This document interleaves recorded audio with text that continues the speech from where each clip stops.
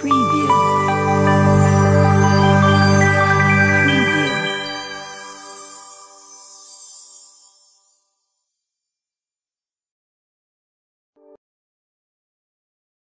मित्रांनो, जन्म आहे म्हणजे मृत्यू ही आहे. मृत्यू आहे म्हणजे पुन्हा जन्म ही आहे. मनुष्याला त्याच्या कर्मानुसार पुढील जन्म कशाचा मिळेल हे ठरते. आज आपण पाहणार आहोत, कोणते कर्म केल्याने मनुष्याला कुत्र्याचा जन्म प्राप्त होतो. यासाठी आपण एक कथा पाहणार आहोत. मित्रांनो, ही कथा खूपच ज्ञानवर्धक आहे. ही कथा तुम्ही शेवटपर्यंत नक्की ऐका.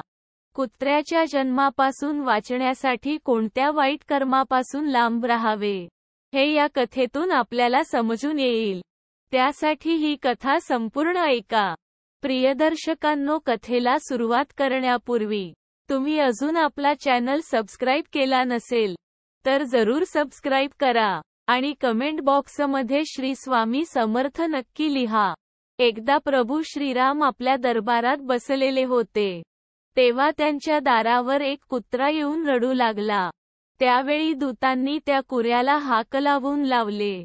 दुसऱ्या दिवशी परत दारावर येऊन कुत्रा रडू लागला. तेव्हा दूतांनी परत त्याला हाक लावून लावले.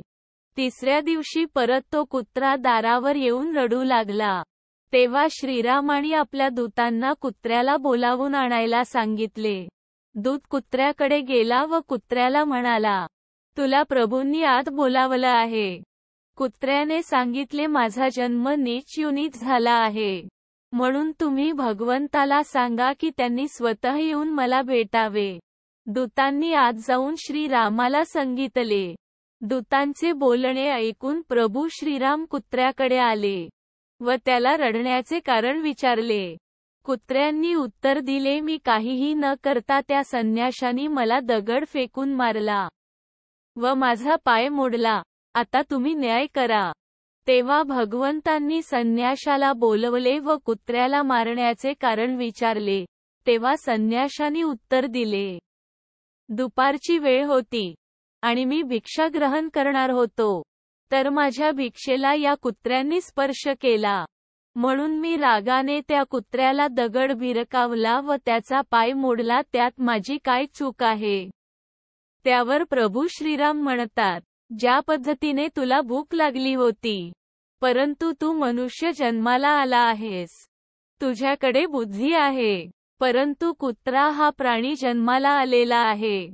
त्याला फारसे काही समजत नसते. अशावेळी तुझी चूक आहे. तू कुत्र्याला दगड मारला नाही पाहिजे होता. त्यानंतर श्रीराम यांनी कुत्र्याला विचारले की मी तुम्हाला शिक्षा करू शकत नाही, परंतु तुम्ही संन्यासाला शिक्षा देऊ शकता. अशावेळी कुत्रा म्हणाला की या संन्यासाला तुम्ही महादेव मंदिराचा संन्यासी बनवा, तेथील पुजारी बनवा. आणि श्रीराम यांना कुत्र्याचे म्हणणे पटले आणि त्यांनी पुजारीला नवीन कपडे देऊन मंदिराचे पुजारी पद दिले. परंतु दिलेल्या या शिक्षेबद्दल जेव्हा श्रीराम दरबारात आले तेव्हा सेवकांनी त्याला विचारले की हे कशा प्रकारची शिक्षा? यामुळे तर महंत खुश झाला. तर अशा वेळी श्रीराम यांनी सेवकांना सांगितले की याबद्दल तुम्ही कुत्र्यालाच विचारा. तेव्हा सेवक कुत्र्याला विचारायला गेले. तेव्हा कुत्र्याने त्यांना सांगितले की जे व्यक्ती चुकीचे कर्म करतात, जे व्यक्ती चोरीने मिळालेले धन आपल्याजवळ ठेवतात व धन परत करत नसतात, ते सगळेजण शेवटी महादेवाच्या मंदिरामध्ये एकत्र येत असतात. आणि अनेक जण या ठिकाणी आल्यानंतर वेगवेगळे पापकर्म करण्यासाठी पुढे येत असतात. मीही गेल्या जन्मी एका महादेवाच्या मंदिराचा पूजा मठाचा अधिपती महंत होतो, परंतु माझ्या हातून अनेक मोठ्या मोठ्या चुका होत गेल्या आणि मी अनेक पापाचा धनी होत गेलो.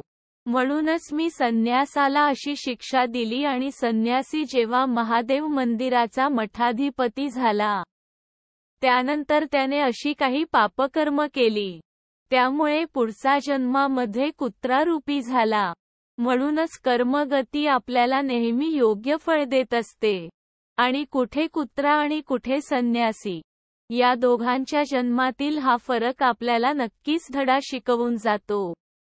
प्रियदर्शकांनो, याचा अर्थ असा की मानव जे काही कर्म करत असतो, त्या कर्माचे फळ त्याला या जन्मात तरी भोगावे लागतात किंवा पुढच्या जन्मात तरी भोगावे लागत असतात. म्हणून मनुष्याने कर्म करताना चांगले कर्म करायला हवे. कारण की चांगले कर्म केले तर त्याचे फळ सुद्धा आपल्याला चांगले प्राप्त होत असते. प्रियदर्शक मित्रांनो, ही कथा तुम्हाला आवडली असेल तर नक्की लाईक करा आणि आपल्या मित्रांबरोबर शेअर करायला विसरू नका. तसेच आपली प्रतिक्रिया कमेंट करून नक्की कळवा. अशाच नवनवीन ज्ञानवर्धक कथा ऐकण्यासाठी आत्ताच आपल्या या दत्तावतार चॅनलला सबस्क्राईब करा. श्री स्वामी समर्थ. जय जय स्वामी समर्थ. श्री कृष्णाय नमः.